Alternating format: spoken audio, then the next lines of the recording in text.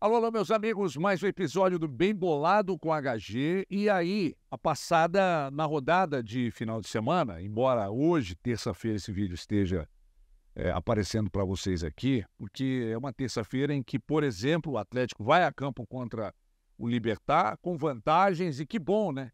Veja bem, respeitando a figura humana, respeitando, de certa forma, até um bom respiro no Campeonato Brasileiro, que teve o time do Cudê, mas ainda bem que o Cudê não está lá para jogar contra o Libertad com uma vantagem e meter time reserva lá, né? Ah, não, a vantagem é muito expressiva, vamos meter um time reserva e tá tudo certo. Agora, tem um detalhe. A postura do Atlético contra o Fortaleza me incomodou muito, principalmente no segundo tempo, e eu tive a curiosidade, falei isso agora no debate aqui da turma do bate-bola, tive o cuidado de pegar o segundo tempo, acelerar, né, assistir o jogo numa velocidade superior à velocidade normal do jogo, e isso facilita você identificar que o Fortaleza se movimentou mais e ocupou melhor os espaços que o Atlético no segundo tempo. É óbvio, Everton, se você aumenta a velocidade, os jogadores vão se movimentar mais. O Fortaleza se movimentou mais do que o Atlético, ocupou melhor os espaços do que o Atlético, mais velocidade que o Atlético no segundo tempo, tesão pelo jogo, vontade de jogar, ser competitivo, ser intenso, não desistir do jogo. Everton, mas você acha que o Atlético desistiu do jogo se no final do segundo tempo ficou, martelou, fez o gol com o Kardec e depois não tinha outra alternativa, né? O Fortaleza estava lá atrás esperando para ligar um contra-ataque e o Atlético naturalmente tentando martelar, uma bola aérea ali, outra colar, tentando bater de meia distância e tal, ou até de longa distância, embora não em muitas oportunidades, mas foi o que aconteceu. O que eu estou dizendo é de postura, o que eu estou dizendo é de uma postura, por exemplo, de protagonista contra o Fluminense, e longe disso contra o Fortaleza, principalmente no segundo tempo. Aí você pode até colocar que, mas a cabeça dos caras está lá na Libertadores. Porra, não pode.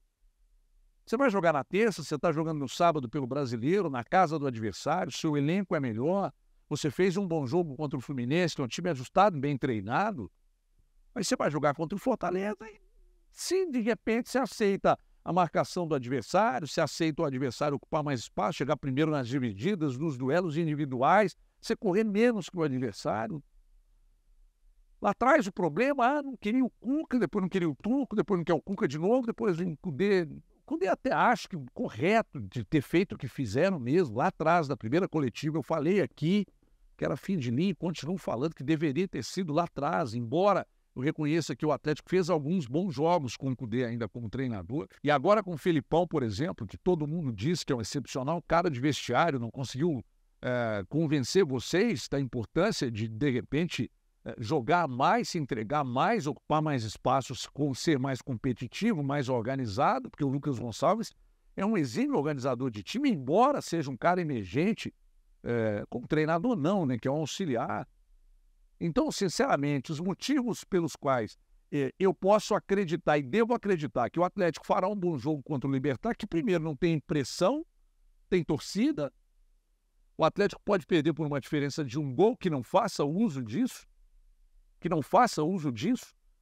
o Libertad não vai jogar como jogou contra o Atlético aqui no Mineirão, lá ele vai precisar sair para o jogo, então é óbvio que vai dar espaço ao Atlético, que o Atlético aproveite bem esses espaços e vença o jogo, porque aí classificação com autoridade, a confiança volta e que o Atlético não repita contra o Libertad e na sequência do Brasileiro a postura patética que foi principalmente no segundo tempo, até achar aquele gol do Kardec lá, até fazer aquele gol com o Kardec, aquela postura patética do segundo tempo contra o Fortaleza. O Atlético não pode oscilar tanto como oscila na temporada. E aí, quando o torcedor odeia isso, mas eu sou obrigado a falar, né? Você tem uma folha de 20 e poucos milhões, você está 2 pontos à frente do seu principal rival, que tem uma folha que é basicamente um quarto da sua. Tem gente que acha que não, é assim, é coisa do futebol. Não me convence. O Atlético está na hora, e aí muito dos jogadores, hein? Porque não adianta falar, o Felipão não é um organizador de equipe. Ok, mas o Lucas Gonçalves é. Tomara que ele organize a parte tática, mas que a parte espiritual, que é a parte anímica, funcione, porque contra o Fortaleza no segundo tempo, até o gol do Kardec, foi realmente um negócio lastimável. Já pego carona para falar do Cruzeiro e do América, mas antes eu falo de Afiminas. Você tem interesse em ser dono do seu próprio negócio?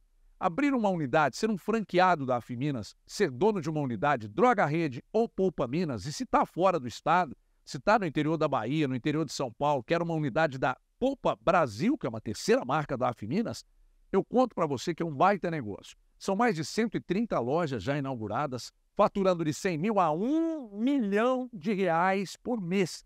Só que você pode ser um franqueado sem entender absolutamente nada do segmento. Você não precisa entender de farmácia, de gestão, não. Até a escolha do ponto para montar uma unidade Droga Rede, ou Poupa Minas, ou até Poupa Brasil, a gente faz para vocês. Nós da Afiminas vamos ajudar você a abrir uma unidade, uma farmácia no seu bairro, na sua região, na sua cidade, com um valor muito mais baixo do que você imagina, hein? Muito mais baixo. E, mais de 130 inauguradas e todas elas extremamente saudáveis, faturando e muito. Entre em contato com a gente, o WhatsApp está aqui, 37, que é Divinópolis, 99949-1070. Está aqui. Entre em contato com a gente, fale com os nossos consultores e seja um franqueado Afiminas, Droga Rede, Poupa Minas e Poupa Brasil. Cruzeiro em campo contra o São Paulo. Há alguns jogos, criava, jogava bem, não ganhava, 8 jogos sem vitória, aí vem o São Paulo, bem treinadinho, azeitadinho pelo Dorival, faz do Rafael Cabral o melhor em campo, logo eu não posso acreditar que o sistema defensivo funcionou bem, embora o goleiro faça parte dele, porque se a bola estava toda hora no gol e o Rafael tendo que operar milagres, é porque de fato a defesa não se portou. Aliás, a defesa não, que não é só os zagueiros que marcam. O time do Cruzeiro sem a bola foi um problema grave para mim e que me faz, o que me preocupa para fazer uma projeção no brasileiro é que quando o Cruzeiro estava criando muito, perdendo muitos gols, logo o problema. Aliás, falam muito de tomada de decisão, eu acho isso uma desgraça, mas eu vou usar aqui, tá? Se criava e não fazia os gols, pode ter sido problema na tomada de decisão. Odeio usar isso, mas vou falar. Pode ter sido um problema na tomada de decisão. Agora, quando você vai e não consegue dar um chute no alvo, tem gente que fala que o Cruzeiro não jogou mal. Eu acho que quando você ganha o jogo como ganhou, não acertando um tiro no alvo do adversário e fazendo com que o seu goleiro saia de campo sendo melhor em campo, desculpa, eu não posso acreditar que jogou bem. Isso me preocupa, como me preocupa também a questão do que o Cruzeiro pretende trazer na janela do meio do ano. O Cruzeiro precisa refazer esse meio-campo, porque o Cruzeiro tem bons jogadores de escape, tomara que o Bruno Rodrigues não saia, porque seria um grande problema. Tem bons jogadores de escape, o Wesley e o próprio Bruno Rodrigues. Eu ainda não desisti, viu, gente? Não briga comigo, não, mas eu ainda não desisti de Gilberto e de Henrique Dourado, embora é sempre muito importante a gente imaginar que um bom negócio, se aparecer de um atacante, aí o Cruzeiro que busque também. O Cruzeiro fala de, por exemplo, o Lucas Silva. Mas qual o Lucas Silva, né? O Lucas Silva, que é terceiro reserva no Grêmio, eu não sei se tem alguma coisa por trás, eu não estou dizendo de rolo não, tá, gente? Pelo amor de Deus, por trás que eu estou dizendo. Se ele não assinou a recuperação judicial, ele vem, mas aí pode abater, faz um contrato, e aí vai pagando aos poucos, contrato com o Lucas Silva, recupera ele fisicamente, bola ele tem. Principalmente na qualidade da saída de bola da defesa para o ataque, acho que pode melhorar muito com ele se ele vier. Flávio, Bahia, eu acho que para compor elenco, Palácios, eu sinceramente não sei o que pode apresentar. Agora, o Cruzeiro vai ter que pensar muito bem, porque vinha jogando, criando muito, mas perdendo seus jogos. Pegou o São Paulo bem ajustadinho pelo Dorival, não jogou tão bem, não deu um chute no gol do adversário, venceu o jogo. Eu sou resultadista, achei do cacete. Eu sou resultadista mesmo. Everton, então você acha que jogando mal, mas vencendo é suficiente? Não, até porque se joga uma sequência de jogos ruins, dificilmente vai conseguir operar a sorte que foi operado contra o São Paulo, né? Jogou mal pra cacete, o goleiro foi o melhor em campo, mas venceu o jogo, isso raramente vai acontecer. É melhor que continue organizado, mas de olho no resultado também, porque é o que deu ao Cruzeiro uma tranquilidade na rodada, dá uma respirada depois de 8 jogos sem vitória. E para fechar, o América, que vive uma situação muito difícil, perdeu mais um jogo. O Wagner Mancini falou de gols que pareciam gols de pelada, e eu também acho, né? Se a gente falou aqui de postura, o América, principalmente nos 2 gols da virada, acho que não é só isso, tá? Não é só ter postura, acho que é muito mais do que isso. Acho que o América esbarra num elenco talvez mais envelhecido, embora o Wagner Mancini tenha testado algumas opções mais jovens e funcionou em determinados jogos na temporada. Talvez essa limitação no elenco seja outro problema. Os jogadores que outrora eram referência hoje já não são mais. O Alê, que em temporadas anteriores o Alê era de fundamental importância, hoje é um jogador muito criticado. Estou colocando a culpa nele, não. É um ataque que você tem, por vezes, o Aloysio, o Boi Bandido, que tem lá suas dificuldades físicas, embora muita qualidade. O Wellington Paulista já não é mais um garoto e tal. Acho que tem alguns problemas. Agora, se o Pedrinho aí, que eu acho que bola, o Pedrinho entende mais, pode ser um jogador importante nessa sequência de temporada, o Everaldo. Enfim, o América eu acho que pode dar uma respirada, mas nunca é tarde para olhar diante dessa janela que está se abrindo e imaginar que precisa contratar.